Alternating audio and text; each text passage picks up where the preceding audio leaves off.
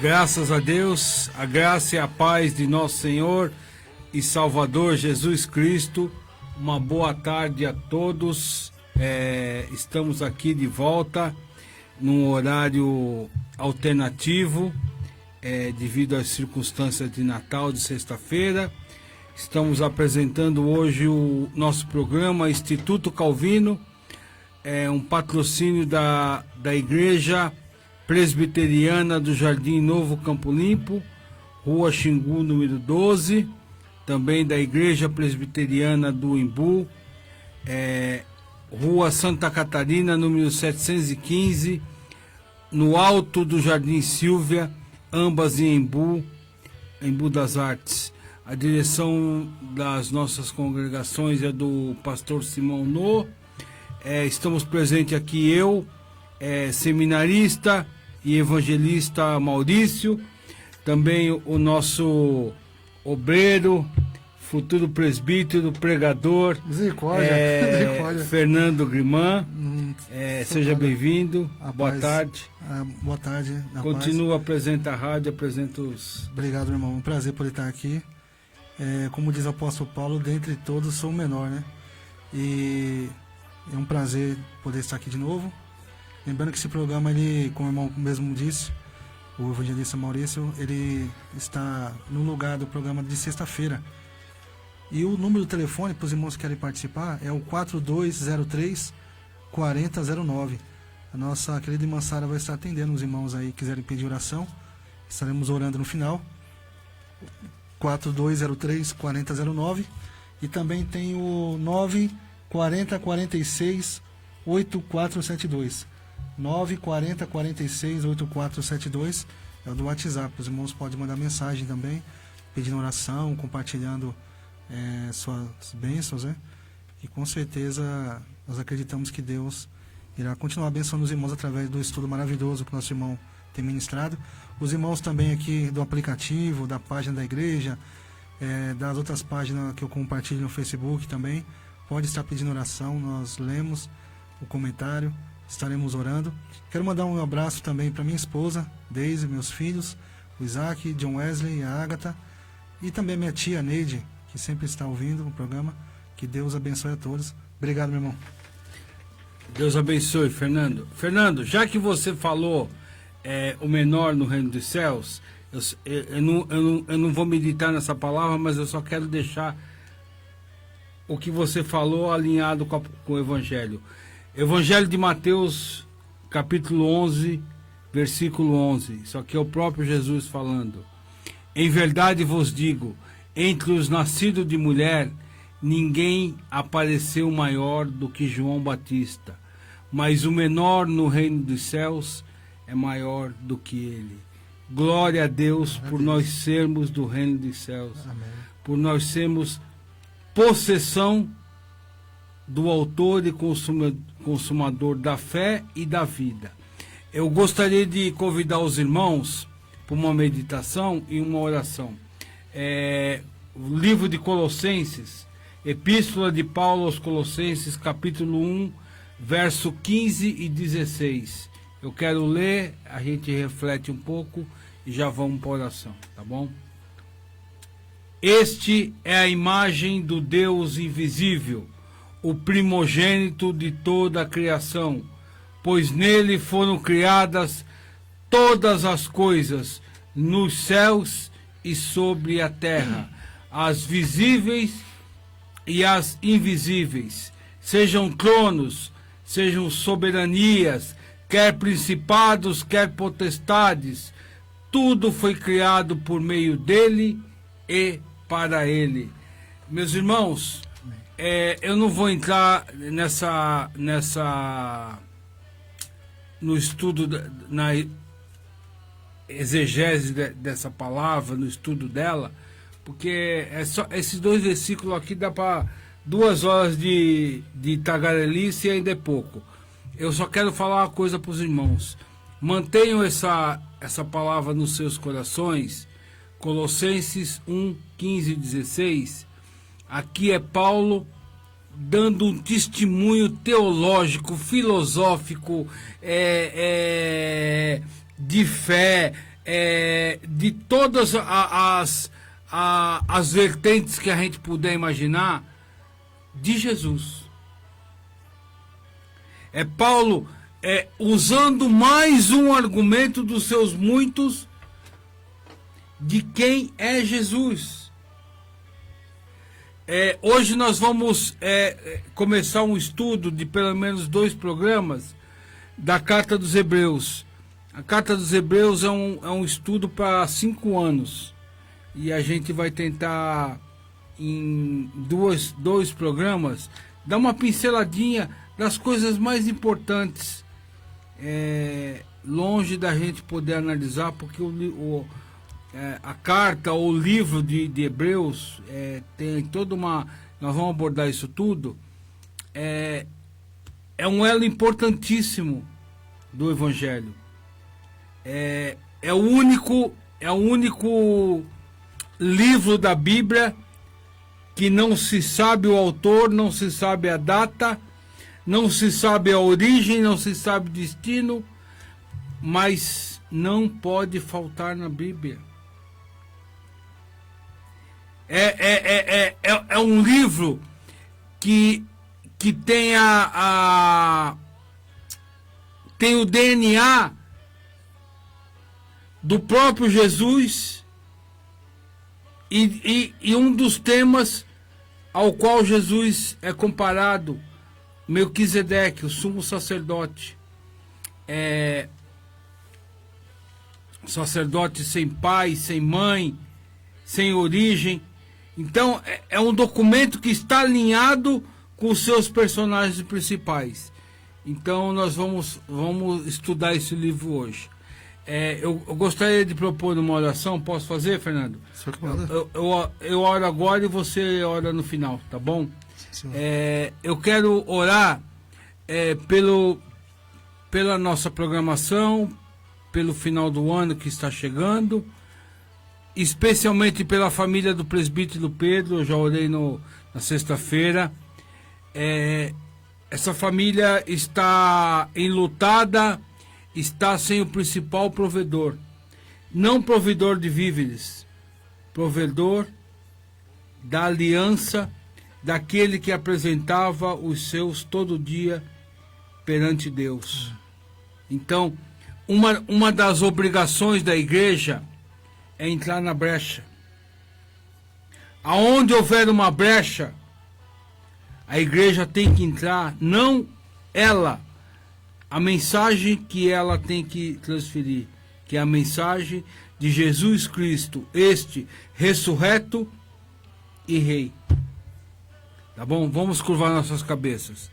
Senhor, graças te damos pelo dia de hoje, graças te damos por essa oportunidade, graças te damos pela união que o Senhor tem nos dado, Senhor.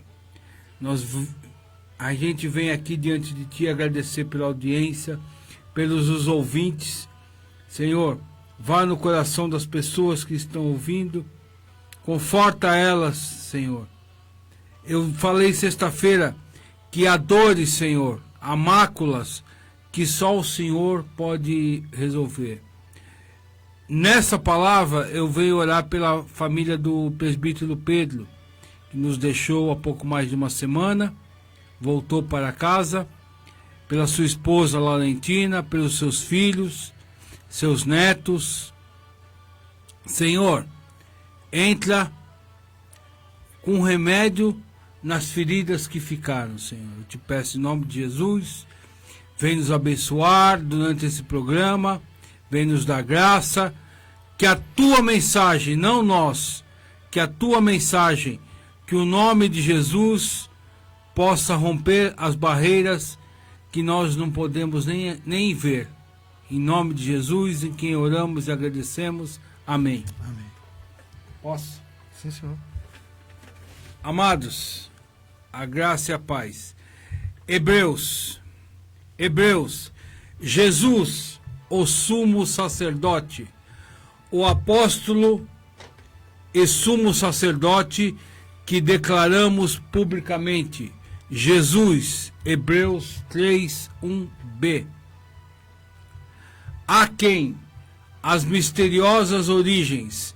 Antes de abordagens doutrinárias, é necessário se aprofundar em inúmeras questões insolúveis acerca deste escrito.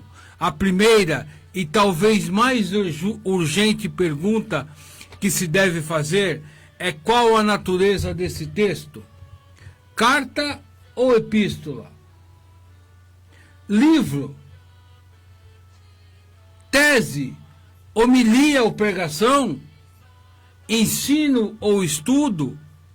Enfim, todos possuem pontos de relevância.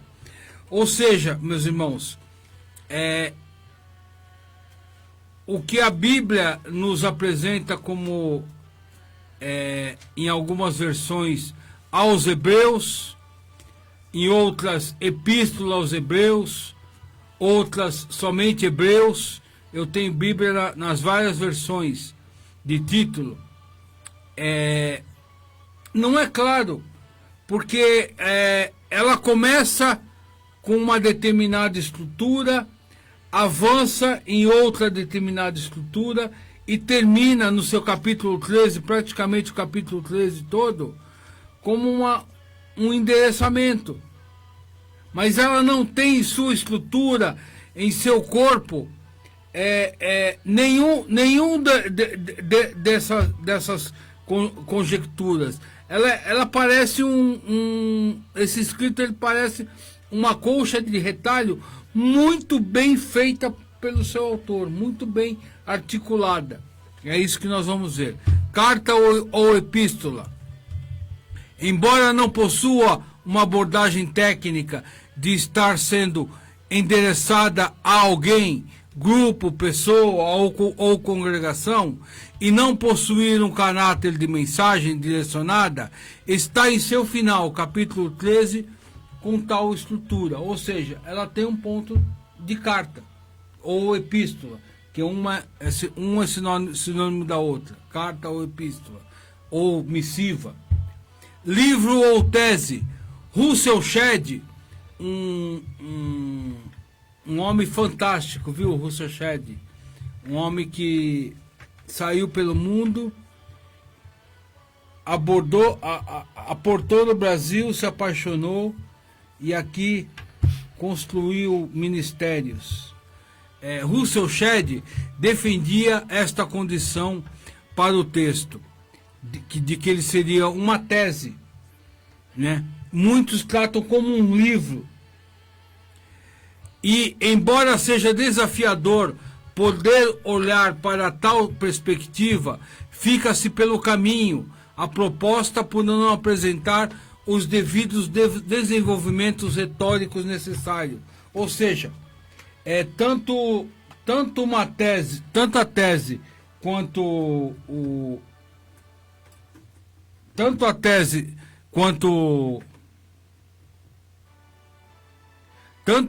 quanto o livro, eles têm uma determinada estrutura que a carta não está ajustada, entendeu?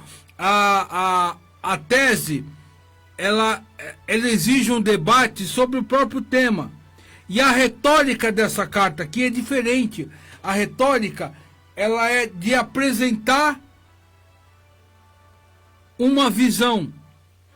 Ela não faz um confrontamento de ideias. Ela apresenta uma visão. Homilia ou pregação. A mais proeminente e difundida classe de análise está fundamentada nessa hipótese. Esse texto de Hebreus, ele tem uma estrutura muito parecida com uma homilia ou uma pregação, que são sinônimos, né? Uma prédica, né? Eles têm uma estrutura de estar falando a alguém, está direcionando uma mensagem teológica, uma mensagem de parte do Evangelho, uma mensagem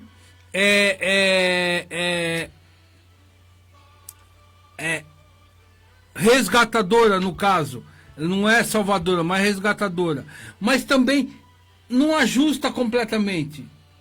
Ela fica devendo alguma coisa. Há característica marcante de pregação, porém é algo muito fora do usual para a época. Além de não apresentar a condição de resgate e arrependimento, ela toca na necessidade de parar, de continuar a se distanciar do cristianismo e querer voltar para o judaísmo. Mas ela não afronta o homem em seus erros. Ela alerta, mas não afronta. Então, a característica de pregação, ela fica deficitária nesse sentido. Além de não apresentar a condição de resgate e arrependimento, alvos prioritários da pregação de Cristo pelas eras, inclusive e necessariamente no primeiro século. Quando você vê Paulo indo pregar no Areópago lá na Grécia, em Atenas, você vê Paulo afrontando a idolatria, afrontando os filósofos da época. Ele dá uma mensagem, mas ele enfrenta, ele põe uma característica de pregação. Isso falta no livro de Hebreus, no texto Hebreus. Estudo ou ensino. Pela estrutura elaborada e discorrida em apresentar uma temática em torno do fundamento essencial do próprio cristianismo, o entendimento deste enfoque pode trazer luz para os aspectos obscuros dos fundamentos históricos do texto. O que acontece? Você consegue desvendar os mistérios que o livro de Hebreus traz, olhando para ele pelo prisma certo. Quando a gente olha para o livro de Hebreus, para o texto Hebreus, como um estudo, você consegue entender o propósito que o autor colocou. Que público ele queria atingir e de que forma. As outras hipóteses, elas não conseguem olhar para esse alvo. Fica um negócio esparçado. Coloca mais sombra aonde já tem sombra. As informações da origem, do destino, do autor, da data. Você tá entendendo? Agora, quando você coloca um prisma de estudo ou ensino, a coisa vai clareando. Inclusive, eu estou me aprofundando nisso para ver se eu consigo trazer alguma coisa mais interessante. Ao olharmos para o propósito original, podemos ver os destinatários, possíveis locais e entendermos sua autoria. Foi depois confirmada a nós pelos que a ouviram. Hebreus 2:3c, demonstrando que o autor de Hebreus era um crente de segunda geração. Não era um crente que viu Jesus. Ou seja, ele já estava no meio do caminho entre o corpo apostólico, o colégio apostólico e a igreja já do primeiro século, final do primeiro século, a igreja do Apocalipse de João. Está entendendo? Então o que acontece? É uma igreja se estabelecendo na terra como o organismo vivo de Jesus, que Jesus falou que iria fazer. Então, esse livro de Hebreus é quase um abortivo do próprio cânone. Porque depois dele vieram o quê? Os evangelhos, como nós temos hoje, consolidados, porque os evangelhos, eles vieram progredindo, eles vieram por várias versões, até chegar ao corpo que nós tínhamos, durante o primeiro século. E depois disso, talvez as cartas de João e o Apocalipse. já no finalzinho do primeiro século. Então, já é já da segunda geração de escritos do Novo Testamento. Vamos lá. Nas questões geográficas, encontramos as mesmas dificuldades por não podermos afirmar de onde foi escrito o texto e muito menos seu destino. Pelo olhar interno, pode-se verificar seu endereço para um grupo de judeus cristãos que estaria se reunido em local fora da congregação a que pertencem. Os da Itália vos enviam fraternais saudações. 1334b. É o único referencial geográfico que temos dentro da estrutura interna do escrito, é esse versículo.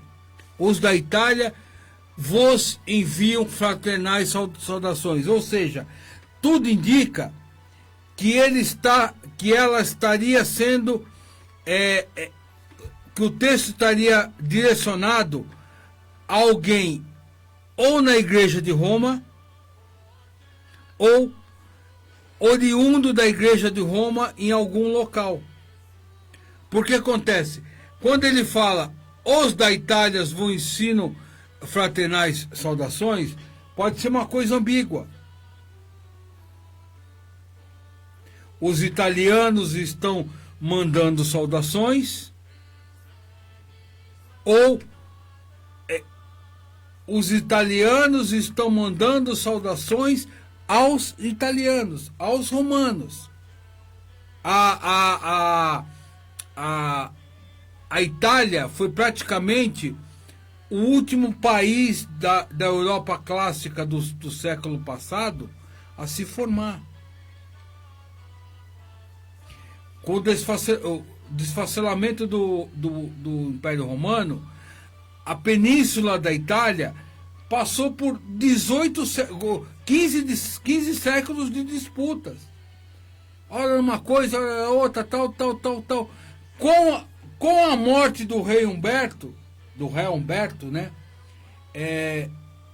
se teve a formatação final da Itália.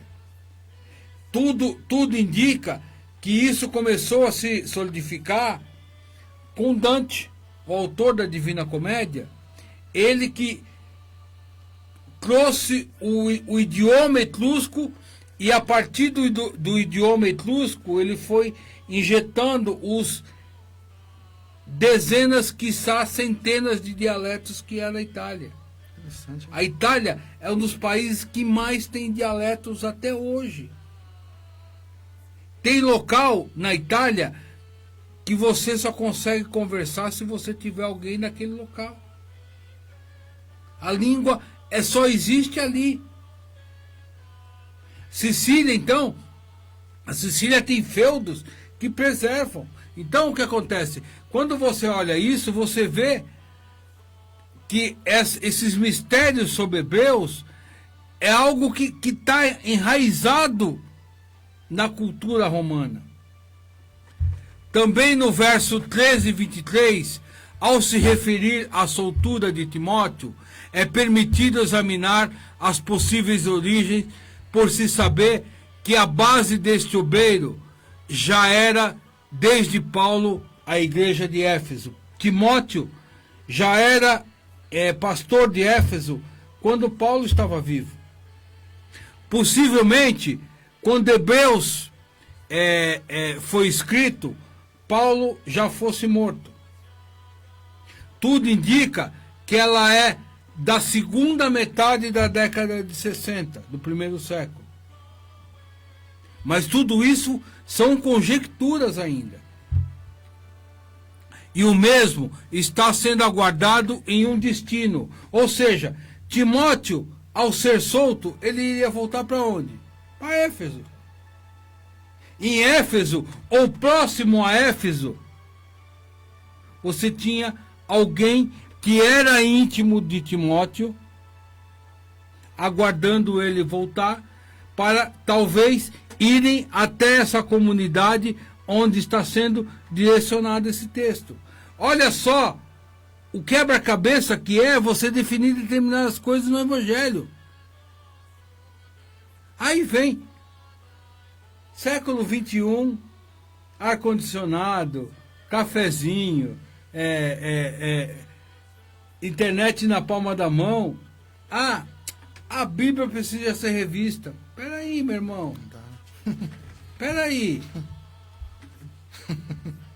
Complicado, né? Tem sangue aqui. A Bíblia foi escrita com sangue. A Bíblia não foi escrita num estúdio com luz ambiente, um computador da Macintosh, como é que fala? Microsoft? Não, da Apple, o computador da Apple na mão, um refresco. Não! A Bíblia foi escrita com sangue. Sob tribulação interna e externa.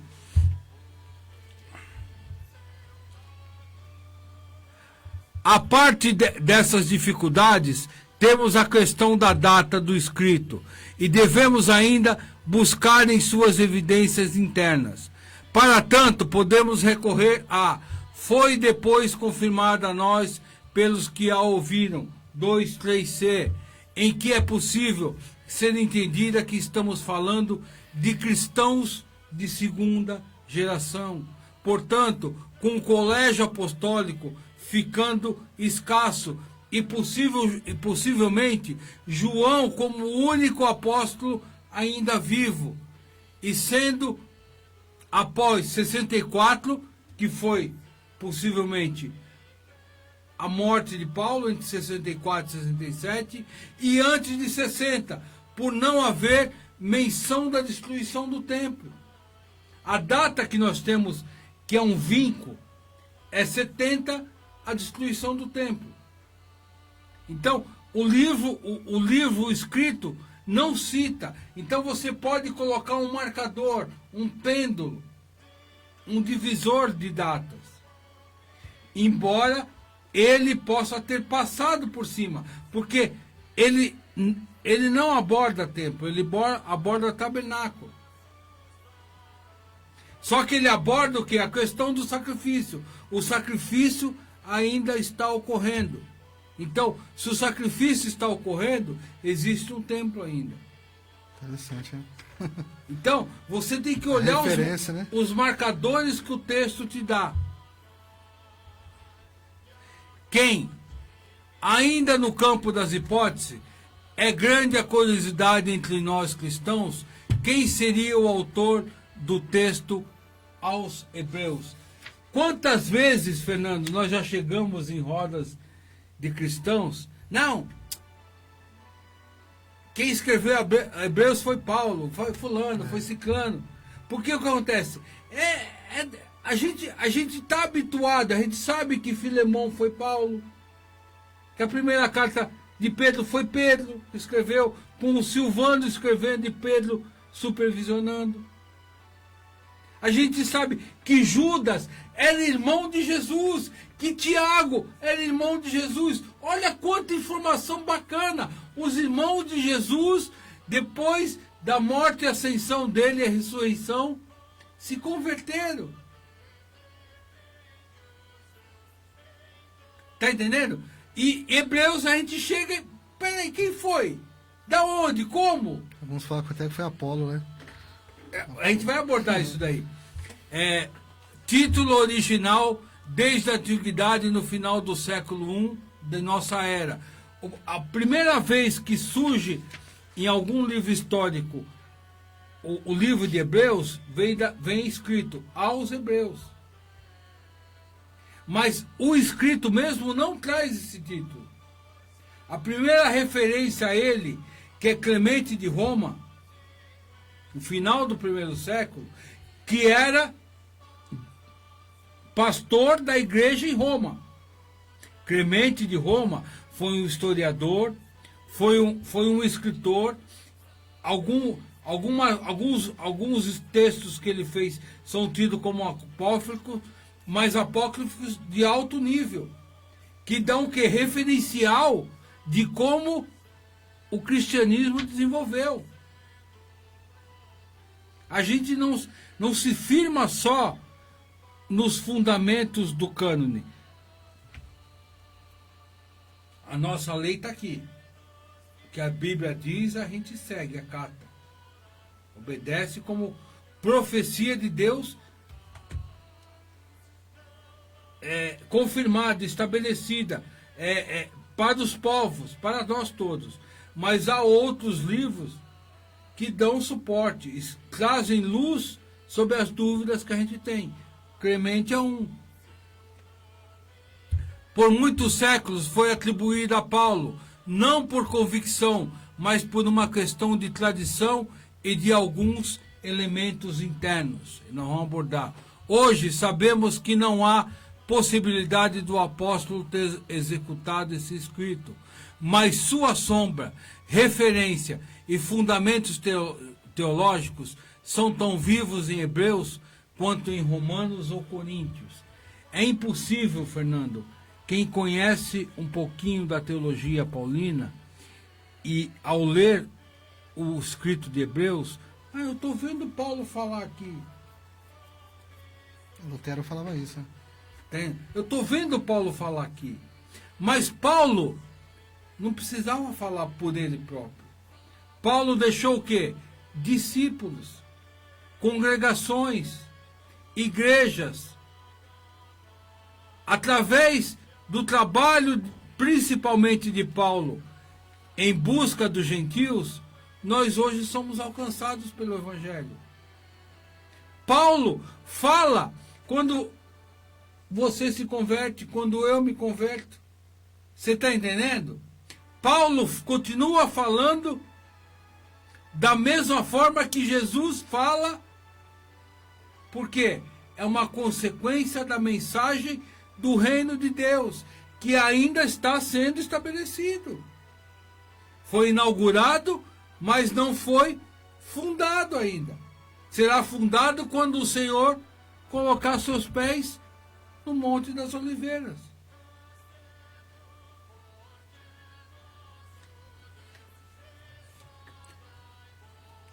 Paulinas, quanto Romanos ou 1 Coríntios, paulinistas irrefutáveis, essas duas cartas. Pode-se ver, por exemplo, a lógica paulina de Abraão, Êxodo, Davi, exílio, Salmos, esperança, Messias. A base da mensagem de Paulo, aonde ele fosse, encontrasse uma sinagoga ou não, mas quando ele encontrava a sinagoga, ele ia para a sinagoga. A base da sua mensagem era isso. Ele começava com Abraão, ia para Êxodo, aí Páscoa, né? Promessa de Messias, lei. Davi, promessa de Messias.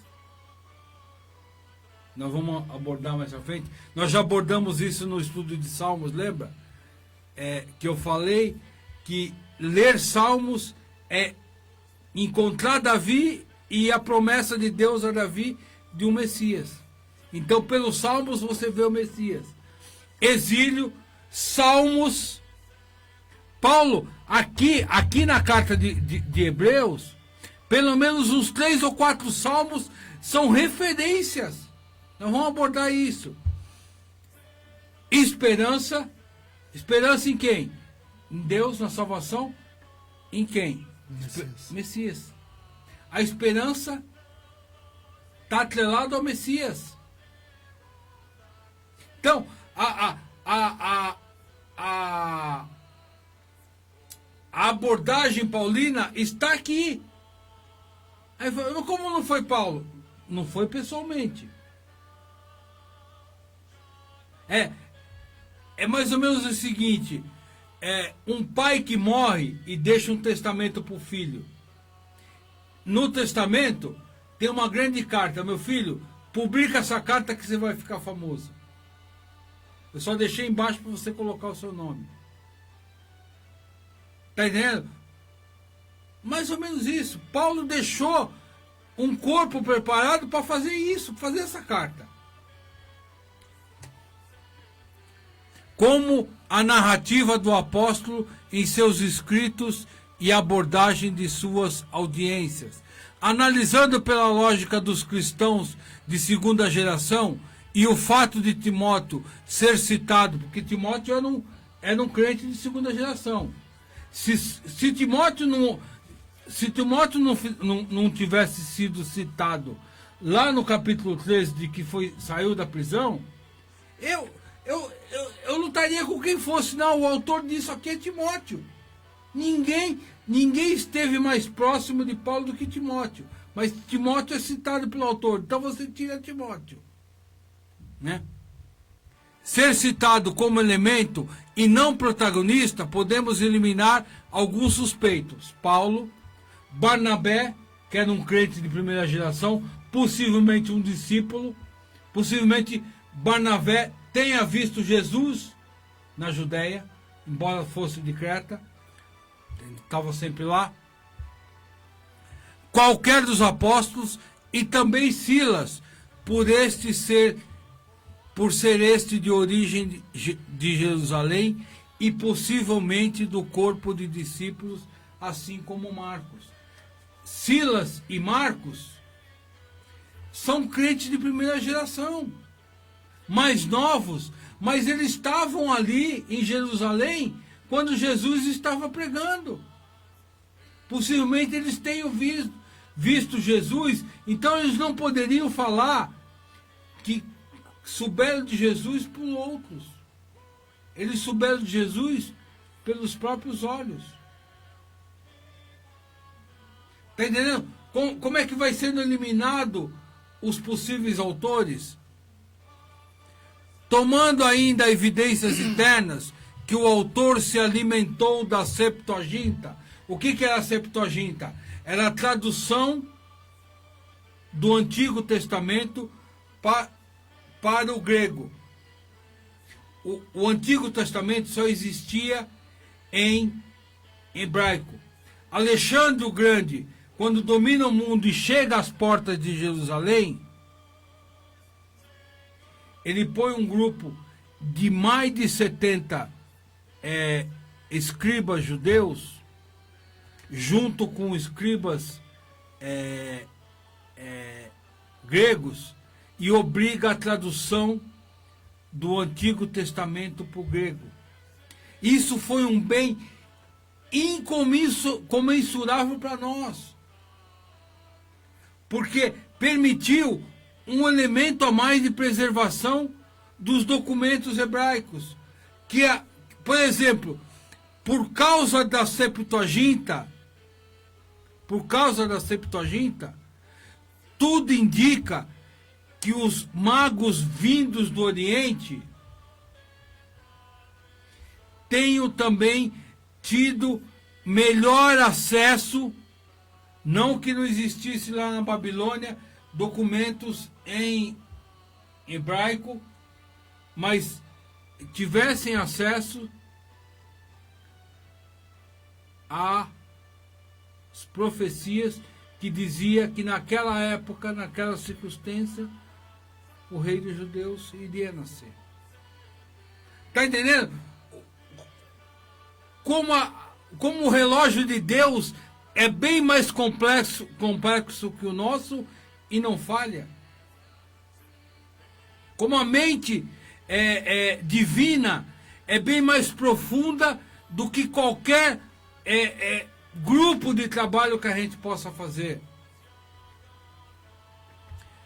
Para os argumentos do Antigo Testamento e por ser uma escrita grega de alto estilo e padrão, podemos elencar alguns suspeitos. Para possíveis autores de hebreu é preciso certas considerações. Era alguém de origem grega por causa da qualidade da linguagem. De segunda geração, ter bebido da fonte de Paulo, ser de livre trânsito nas inúmeras congregações da Ásia e Europa, e também junto às judaico-cristãs estabelecidas.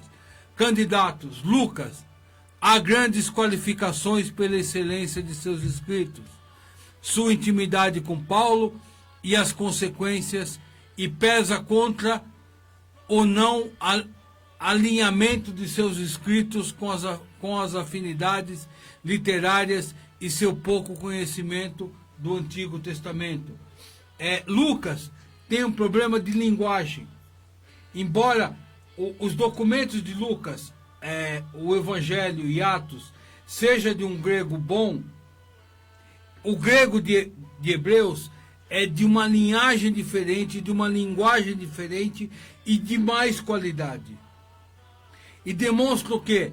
Um profundo conhecimento da estrutura de alguém que realmente estudou a Septuaginta para entender como funcionava a cultura judaica.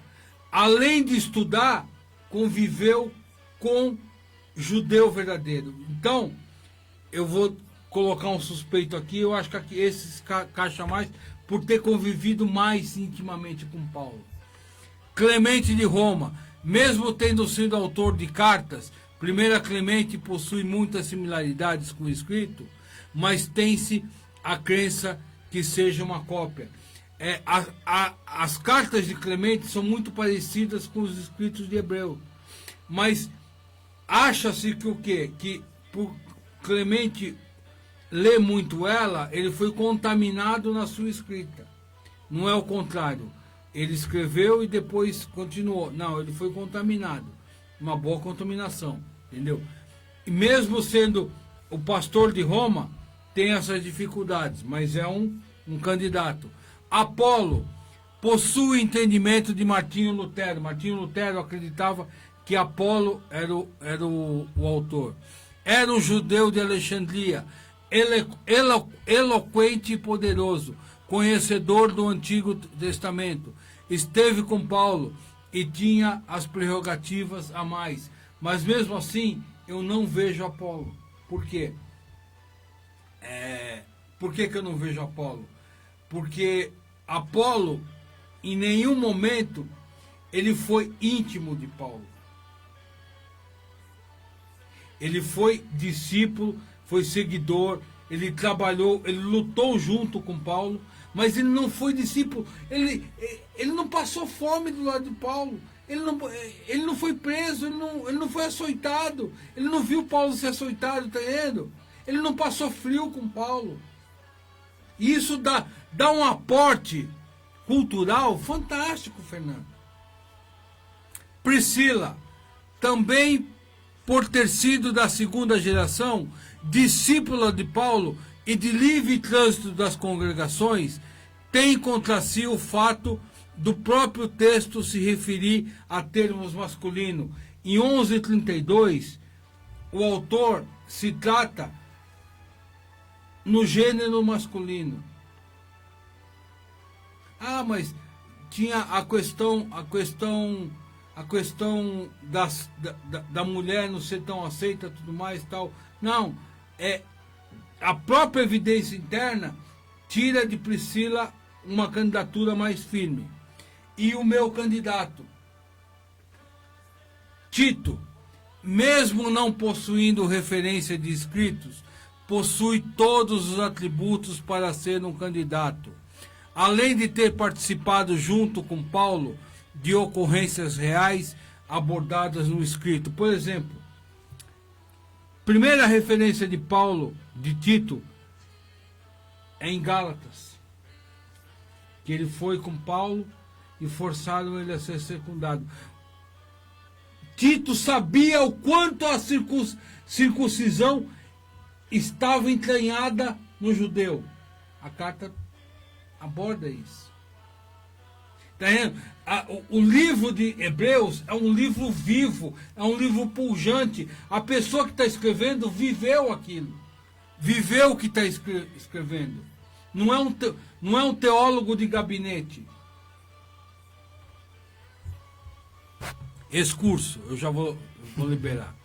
Alertar primeiramente um grupo de judeus cristãos sem um campo específico, por meio de uma mensagem estruturada na pessoa e ministério de Jesus Cristo como eixo único e prevalente para as garantias da vida e prosseguimento destas. Previdente e possivelmente proposital ignorância de endereços, autor, data e de propósitos originais patrocinam vínculos necessários para a continuidade de uma igreja que atravessaria séculos sob intensos ataques para que se ausentasse de seus comissionamentos como agência divina aos povos e único terreno de resistência aos propósitos de se instalar o reino de Deus no interior de homens e mulheres apartados de seu Criador. Aos Hebreus traz uma narrativa que engloba homilia, epístola, livro, estudo, mas cumpre uma lacuna que não poderia ficar aberta. Jesus Cristo, o sumo sacerdote. Somente Deus sabe com certeza quem escreveu a carta. Orígenes, um dos pais da igreja, um dos patrícios, cerca de 185 a 253 depois de Cristo. Amém. Glória a Deus. Que bênção, hein? Vamos ouvir um louvor enquanto eu faço umas perguntas aqui pro irmão. Que o coração está ardendo aqui, né? Nosso coração arde quando ouve as palavras de Cristo. Enquanto isso, os irmãos podem estar ligando. 4203-4009 e o WhatsApp 940-46-8472. Ou pode deixar o comentário aí também na live do Facebook. E vamos ouvir um louvor e já voltamos. Te louvarei, te bendirei continuamente.